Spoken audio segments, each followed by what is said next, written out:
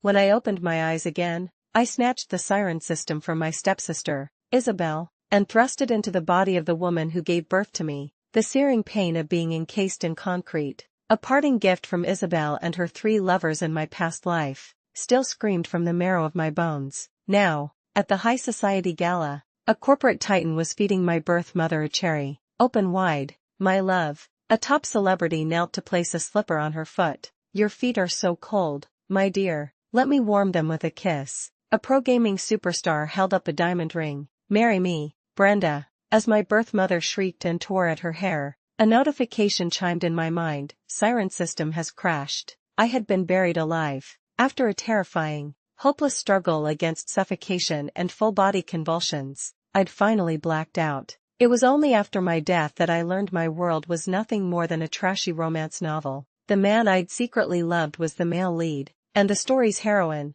armed with a siren system, was my fake sister, Isabel. A familiar voice pulled me from my daze. Chloe, don't be so selfish, my mother, Eleanor Montgomery, said, shielding Isabel as if she were her own flesh and blood. Her face was a mask of displeasure. We have dozens of bracelets in this house. Your sister has been wearing this one for a year. Just let her have it. Where are the manners I taught you? This bracelet was a gift from Grandma before she died, I retorted, standing my ground just as I had in my previous life. It's for me, not her. In this family, everyone adored Isabel. Only Grandma had ever shown me any real affection. I still remember the day the truth of my identity was revealed. The old woman's eyes had welled with tears as she hugged me. My poor girl, she'd whispered, you've suffered. Grandma will take care of you from now on. But fate was cruel, and she passed away soon after. This bracelet was the only memento I had from the one person who ever truly loved me. My mother shook her head, a flicker of disappointment in her eyes. In my past life, that look was my greatest fear. Anytime I showed the slightest inclination to compete with Isabel, she would fix me with that gaze. Isabel was the daughter she had raised, her precious darling. Why should I always be the one to give in? Who is your real daughter? The question I had always wanted to ask, but never dared, finally spilled from my lips, thick with tears. Eleanor faltered, her body swaying slightly. Seizing the moment, I lunged forward with lightning speed, grabbed Isabel's wrist, and ripped the bracelet off. Isabel, caught completely off guard by my sudden aggression, let out a sharp hiss of pain. I had used so much force that a raw, red mark already circled her wrist where the bracelet had scraped it. Now her tears were real, streaming down her face in fat droplets. Eleanor rushed to her, cradling her hand and examining it obsessively. It's okay, Izzy, it's okay, she cooed, stroking her hair. Mommy will take you to the doctor right now. I have dozens of other bracelets, darling, they're all yours. Then, she spun around and glared at me, her voice sharp with fury. I have no daughter as graceless as you. Get out. In my previous life, I cared so much about her opinion that I never dared to speak up. Having died once, I no longer gave a damn about this biased, conditional love. Besides, this bracelet held the key, the siren system. This time, I was eager to see just how charming Isabel would be without it, and whether those men would still be so willing to ruin themselves for her. That afternoon, I gritted my teeth, pricked my finger with a small knife, and let a drop of blood fall onto the bracelet. Siren system activated. Please select your target for conquest. I paused, my hand stroking the cool jade. A siren system? Correct. This system will make any man fall hopelessly in love with you. Please choose your first target path. Alexander Sterling, the domineering CEO. Julian Vance, the gentle and mysterious academic. Leo Montgomery, the rebellious stepbrother. 3 pieces of trash, a goddamn curse. I didn't want any of them. For a moment, I was overwhelmed. So this was the damn thing that had ruined me. I was about to smash it to pieces when a new idea sparked in my mind. Siren system, I said softly. I have no desire to be a siren, but I know someone who does. Host's intent to conquer is critically low. Transfer request accepted. Please find a new host within 24 hours or the system will automatically bind to you. 24 hours. Time was short. I grabbed my purse and rushed out. I took a cab to a rundown neighborhood on the other side of town. As I approached the dilapidated apartment complex, I heard a familiar voice coming from a grimy corner bar. Brenda, you really hit the jackpot, huh? Both your girls living with the Montgomerys. They'll take good care of you when you're old. The woman called Brenda with her brassy dyed blonde hair and high cheekbones, took a long drag from her cigarette and blew a cloud of smoke. "Of course they have to take care of me," she scoffed.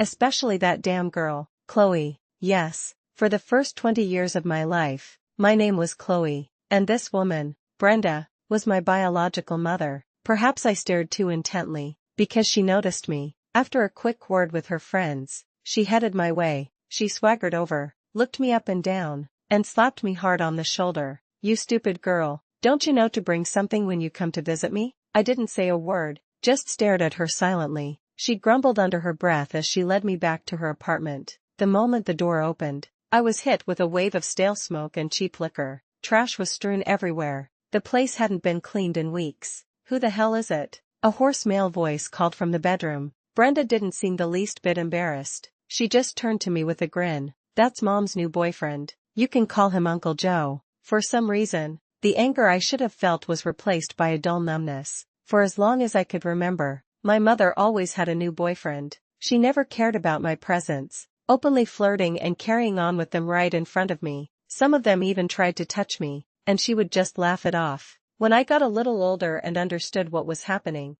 I started sleeping on the small couch in the living room. I slept there for 18 years. She was my mother. I accepted it. So I did all the cooking, cleaning, and laundry. I even forgave her when she stole my scholarship money to gamble. But then, at Julian's behest, she lured me to a construction site. "When you're dead, no one will be able to compete with my Izzy," she'd said with such glee. Only then did I realize she was capable of motherly love. It just wasn't for me. A wave of sadness washed over me. I pushed it down. "It's nothing. I just came to see you." Meanwhile, I was secretly communicating with the system. System, requesting host transfer. Beep, beep, beep. Scanning target, Brenda. Age, 53. Desire to be a siren, extremely high. Binding successful. Transfer has caused significant energy drain. Entering sleep mode. Autopilot siren mode engaged. Operator, Chloe. Executive, Brenda. A secret smile touched my lips, but my face remained impassive. "Mom, I really missed you. I rented an apartment for you in the city. I hope you can come see me more often." Brenda's eyes widened, and the wrinkles on her face crinkled into a smile. She pinched my cheek hard. "You silly girl, why didn't you say so sooner?" I settled Brenda in an apartment near the Montgomery estate. The next day, I brought her to the mansion. She was thrilled, lounging on the sofa and devouring the fruit platter. When the maid told Isabel I had brought a vulgar woman home, she came running to gloat, only to freeze when she saw who it was. She mumbled a quiet, "Aunt Brenda." I knew Isabel, with her arrogance and pride, could never accept that this woman was her biological mother. Brenda, seeing that Isabel wouldn't call her mom, didn't push it and even tried to smooth things over with a laugh. "Izzy, come have some fruit." Even though I was the one who brought her, she didn't give me a second glance. Isabel reluctantly took the fruit. A strained smile plastered on her face. Before long, a young man with bleached yellow hair and a defiant slouch came storming down the stairs. "Chloe, what did you do to upset Izzy now?" The way he said Izzy was so intimate it was almost inappropriate. This punk was my stepbrother, Leo, and in the novel, Isabel's most loyal puppy dog. In my past life, he had tormented me endlessly, even installing a hidden camera in my bathroom and posting the naked photos online, which was the final push into my deep depression. He hadn't seen Brenda behind me. I smirked and shifted slightly, giving him a clear view. He froze, his eyes fixed on Brenda, who was stuffing her face with fruit. He stared at her so intensely it was like he wanted to devour her. Even the thick-skinned Brenda started to feel awkward under his gaze and tugged on my sleeve, silently asking me to intervene. But then, Leo suddenly walked up to her. His face flushed red as if he had summoned all his courage. He took a deep breath, dropped to one knee, and said in a trembling voice, "First glance, a goddess. Second glance, my destiny. Leo Montgomery, at your service for life." The air in the room instantly froze.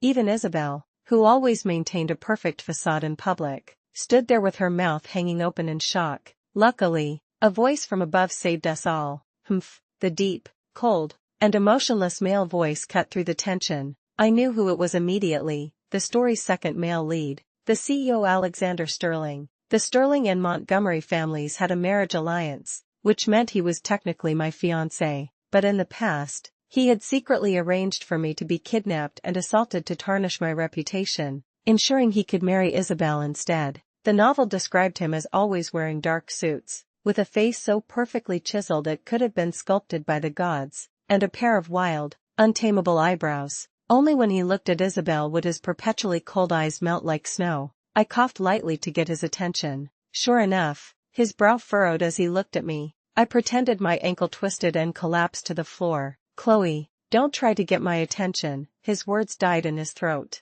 His gaze followed mine to where Brenda was now picking her teeth. As if by some primal instinct, she sensed his stare and turned her head, and what a stare it was. Her dark, muddy eyes held a sharp glint, like a predator sniffing out its prey, cold and merciless, making anyone who met her gaze shiver. Alex, like an emperor surveying his domain, glanced at his assistant behind him and pointed a dismissive finger at my mother. Brenda, age 53, I want a complete file on this woman in 3 minutes. It was clear his assistant was a seasoned and battle-hardened professional, capable of instantly understanding and fulfilling his boss's bizarre requests. He barely hesitated for a second before pulling out his phone to make the call. I could almost read the thoughts on his face. The rich have weird hobbies. I don't get it, but I respect it. Isabel, true to form, quickly composed herself despite her confusion. She stepped forward and said softly, Alex, what are you doing here today? Normally, Alex would have answered her gently,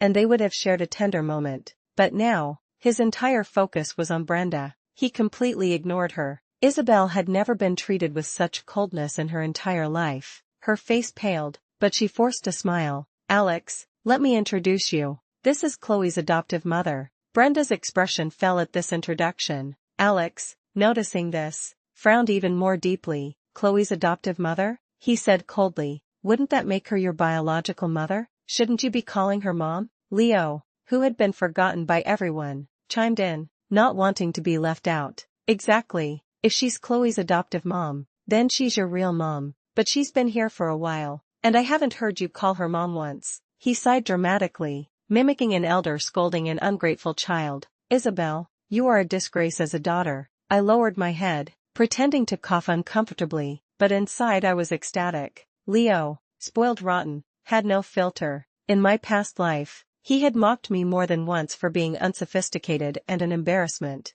Isabel had just stood by and watched. This time, I was the one watching. Alex's gaze fell sharply on Isabel, his eyes like ice, his tone glacial. Isabel, is this true? Isabel was still trying to maintain her composure, but tears were already welling in her eyes. Under the intense pressure from both men, she had no choice but to turn to Brenda and reluctantly call her mom. Brenda's face instantly lit up with a huge grin. Leo, seizing the opportunity, brought over the fruit platter and started clowning around, making Brenda laugh so hard her dentures nearly fell out. In her past life, all her scheming, first swapping me and Isabel so I would take the fall, hadn't earned her a single mom from Isabel. I watched the silent, brooding Alex with a cold smile. The main male lead, the supposedly devoted Julian, hadn't even shown up yet. The real show was just getting started. I checked the date on my phone, September 26th, the day Julian saved me. Pretending not to notice the person tailing me,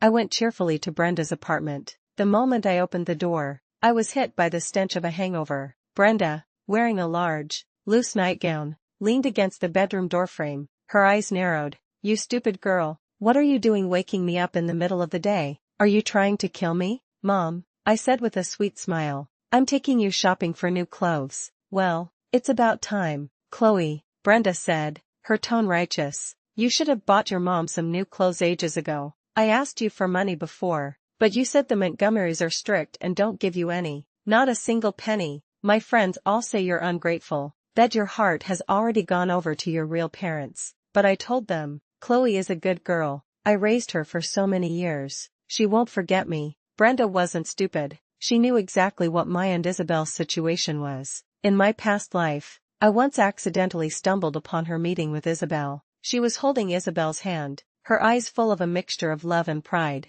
Izzy, Mom knows you're good to me, but if you see me too often, the Montgomerys might not be happy, so you should try not to come see me. Isabel's face was full of impatience. She yanked her hand away and shoved a credit card at her. If I don't come to see you, they'll think I'm heartless. Brenda didn't dare to argue. She pushed the card back. As long as you're doing well, that's all that matters. Mom doesn't need money, you need it more at your age. Besides, if I need money, I'll just ask Chloe. That stupid girl wouldn't dare not give it to me. Isabel had lived a life of luxury for 20 years. And what about me? The image of Brenda's face from my past life slowly merged with the one in front of me now. A chill ran down my spine, but my smile only grew sweeter. You're right, Mom, let's go. I wasn't lying to her. Leo had traded his entire month's allowance for Brenda's contact information. Knowing his personality, he was probably about to launch a full-blown pursuit. I took Brenda to all the high-end designer stores she wanted,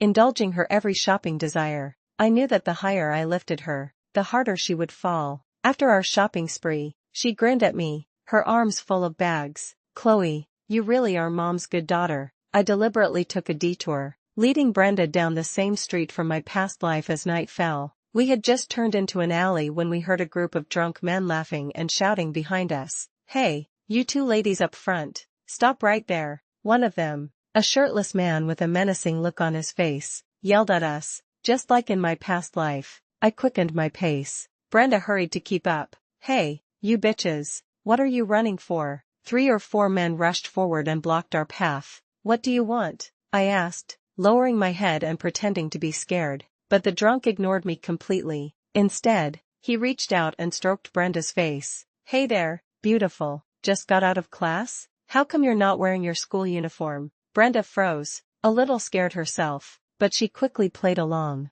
I'm old enough to be your mother, big brother. Why don't you take a look at my daughter here?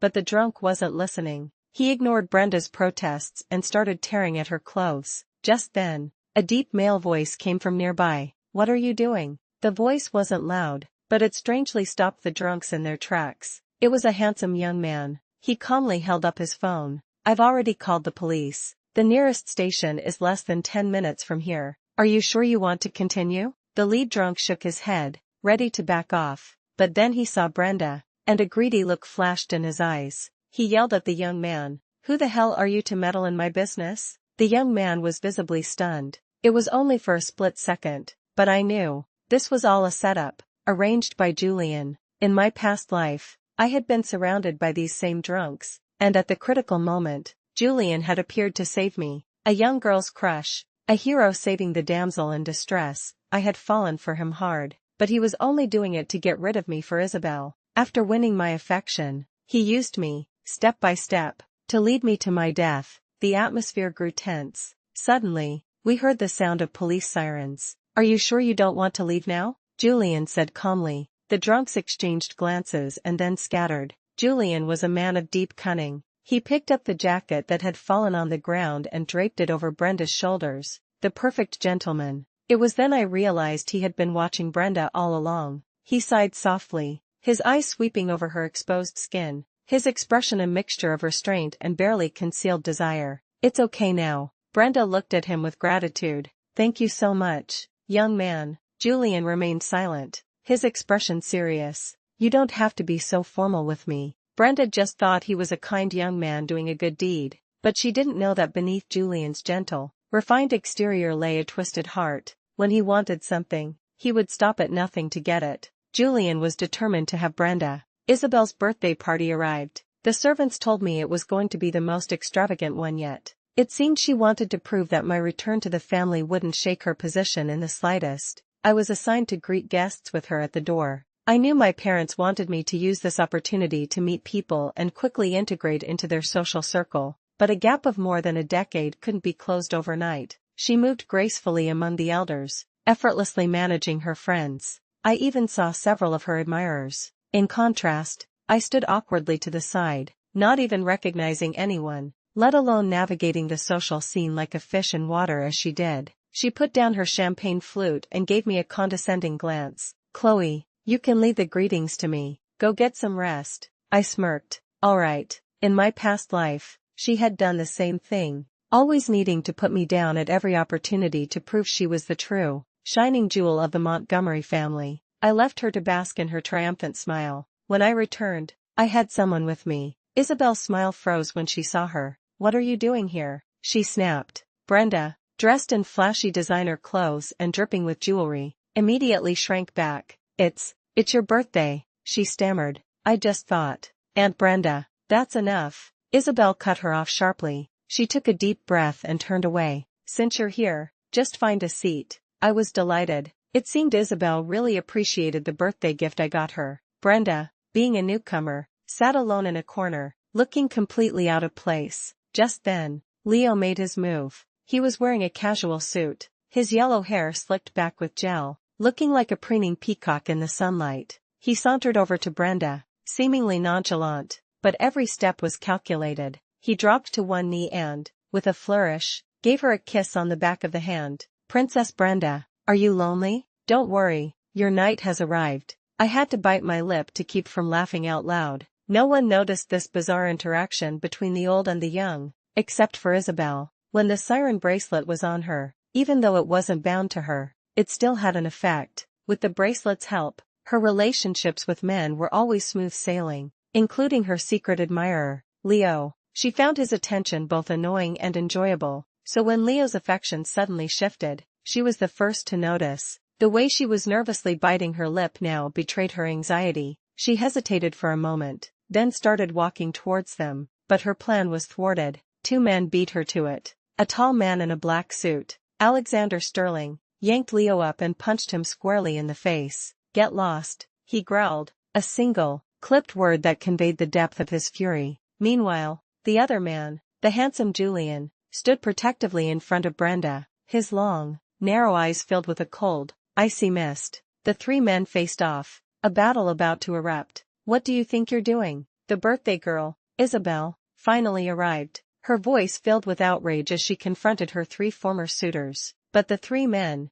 locked in their alpha male posturing, didn't even hear her. The young and reckless Leo, not one to back down, took advantage of Alex's momentary distraction and punched him hard in the nose. Alex cried out in pain and clutched his face. When he pulled his hand away, blood was gushing from his nose. You little punk. Alex's face turned terrifyingly dark. Ignoring the blood, he started trading punches with Leo. The fight between the second and third male leads quickly escalated, drawing in their respective entourages. Soon, the Montgomery and Sterling family bodyguards were brawling. The scene devolved into chaos. Plates flew through the air, and chairs were used as weapons. While Alex and Leo were busy beating each other up, Julian, the main male lead, quietly slipped his arm around Brenda and whispered soothingly, "Don't be afraid, I'm here." Isabel tried to break up the fight, but she was shoved to the ground by an unknown assailant. She sat there on the floor, her image completely shattered, sobbing uncontrollably. Brenda never expected things to get so out of hand. She didn't want to ruin Isabel's birthday party. She loved Isabel. Summoning her courage, she let out a piercing shriek in her gravelly voice. Enough. The sound seemed to have a magical quality, instantly silencing everyone. Brenda, her face dark with anger, yelled at Alex and Leo, "Both of you, go apologize to Izzy." Both men were bruised and battered, Alex's nose still bleeding, but the woman they had placed on a pedestal had spoken. They had no choice but to bury the hatchet. Leo, ever the stubborn one, just snorted and refused to apologize. Alex, realizing the gravity of the situation, clutched his bleeding nose, found Isabel somewhere in the chaos, mumbled an apology, and then quickly left. Isabel's hair was a mess, and she was crying hysterically. How did it come to this? It wasn't supposed to be like this. The news of Brenda's relationship with Isabel was now out in the open. Her carefully crafted image as a high society debutante was now a complete joke. The Montgomerys rushed in to clean up the mess, but they never figured out the real cause of the brawl. Besides the people who were there, who would believe that the heroine of this epic fight for love was Brenda? Isabel and Leo's relationship soured. Everyone in the Montgomery household could see it. I couldn't be bothered to watch their drama unfold. I was too busy immersing myself in my studies. Late one night, Eleanor came into my room. She hesitated for a moment before speaking. Izzy and Leo have been so close since they were kids. I don't know what's gotten into them lately. I'm so worried, but I don't feel right asking them directly. I was hoping, since you're all around the same age, you could help them sort things out. Of course, I agreed instantly. She seemed surprised that I was so willing. But, I know your relationship with them isn't the best. It's fine, I said, a smile playing on my lips. It was truly laughable. Love only flows to those who don't need it. Perhaps Isabel and Eleanor just had a stronger mother-daughter connection. The next day, I went to find Leo. He looked at me with annoyance. What do you want? A smile spread across my face. I know you're in love with Brenda. He froze, then immediately denied it. What are you talking about? I snatched the file folder from his hand. He reacted instantly, grabbing it back. The folder ripped, and photos scattered all over the floor. They were all candid shots of Brenda. I won't tell anyone, I said. He scrambled to pick up the photos, carefully placing them back in the torn folder before fleeing as if his life depended on it. Gradually, his attitude towards me softened, as if he was grateful to me for keeping his shameful secret. Isabel seemed to notice this and frequently tried to get his attention, but he completely ignored her. That's just how they were. When they loved you, they put you on a pedestal. When they didn't, you were invisible. A few days before Valentine's Day, Leo sought me out. He asked me to arrange a meeting with Brenda. I was busy with my work and just gave him a okay. He seemed unhappy until I turned and gave him a firm, reassuring nod. Then he finally left. On Valentine's Day, I brought Brenda to the place he had arranged.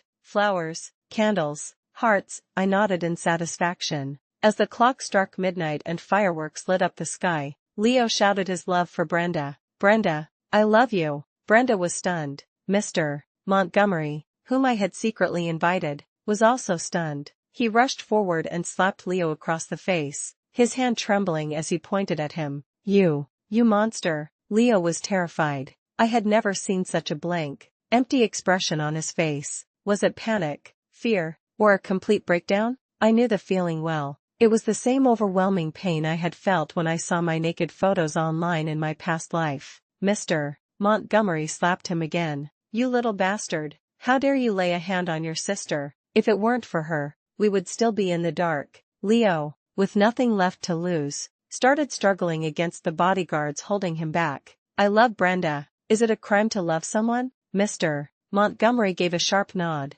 and a bodyguard stuffed a cloth in Leo's mouth. He spat it out and screamed desperately. Brenda, I love you. My love for you will never die. Leo disappeared from the Montgomery household. Mr. Montgomery said he was incorrigible and had used his connections to send him to a psychological treatment facility. I knew the name of the place. They were famous for their electroshock therapy. Late that night, a cold, mechanical voice sounded in my ear. Conquest progress, Leo. Love level, 100%. Conquest successful. A week later was the party the Montgomerys threw to officially announce my return to the family. It was a huge success. Mr. and Mrs. Montgomery treated me with great importance. After all, Leo was locked away in a treatment center, and Isabel was so depressed she spent all day locked in her room. The party was a joyous occasion for everyone, except for one small incident. I accidentally walked in on Brenda and Alex Sterling in the middle of a heated argument. I was a little surprised to see Alex kissing Brenda.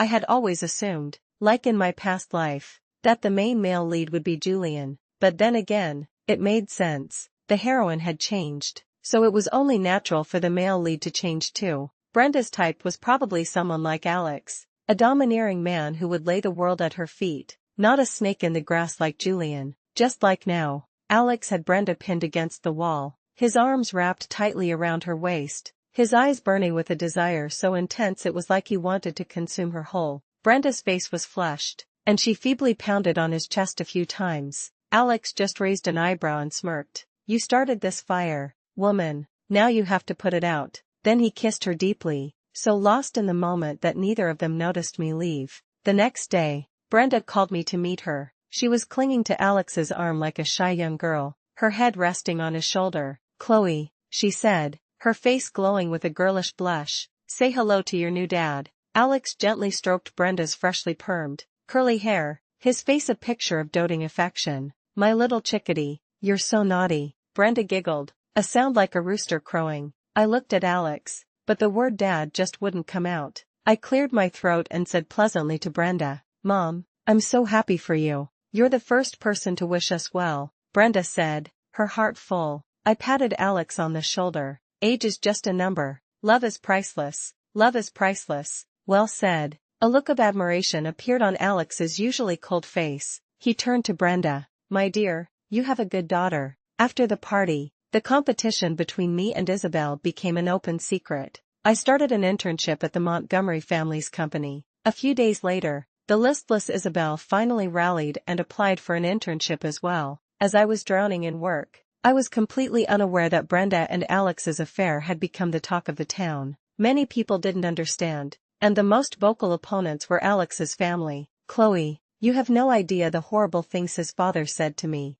Brenda cried hysterically in front of me. Alex, his face grim, tenderly handed her a tissue. He held her shoulders, his expression firm and serious. "It doesn't matter, my love." A ruthless glint flashed in his eyes. "When I am truly the head of the Sterling family, no one will be able to stop us from being together. Don't cry, my dear. It breaks my heart." I felt a little sick. I gently comforted Brenda. "Don't worry about what other people think. Just love freely. Love freely." "Well said." Alex stood up and applauded me. After that day, his admiration for me grew. He invited me to join him and Brenda on their dates several times, but I politely declined. On one hand, my competition with Isabel had reached a fever pitch. On the other hand, I had to make time to see that person. I was stretched thin. After I rejected Alex's nth invitation and explained the reason, he hung up without a word. The next day, a $50 million order from Sterling Enterprises landed on my desk.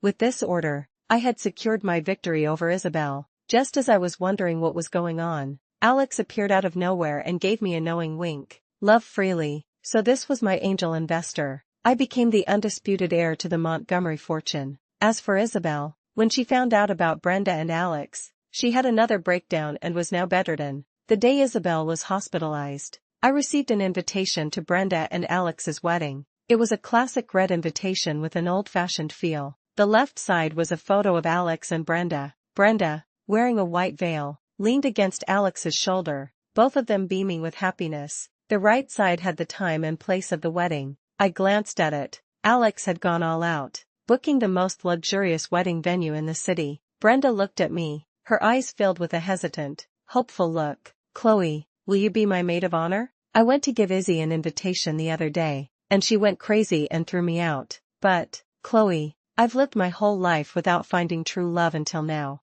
You're not going to be like Izzy and not support my happiness, are you?" I smiled. "Of course not, Mom. I would be honored to be your maid of honor. I truly wish you all the best." On the day of the wedding of the century, after a hectic morning of preparations, I collapsed into a chair, exhausted. I looked around. The hall was filled with guests, but Alex's mother had a face like thunder, and his father hadn't even shown up. Amidst Alex's expectant gaze, the MC announced, "And now, let's welcome the bride." The doors didn't open. Brenda did not appear in her wedding dress. The MC awkwardly tried to cover. "It seems our applause isn't loud enough. The bride can't feel your enthusiasm." The guests dutifully applauded, but still, no Brenda. Alex's face darkened. He finally realized something was wrong. In the dead silence, his phone rang. One by one, the guests' phones also started buzzing with notifications. I opened my phone and saw two breaking news headlines from my subordinate.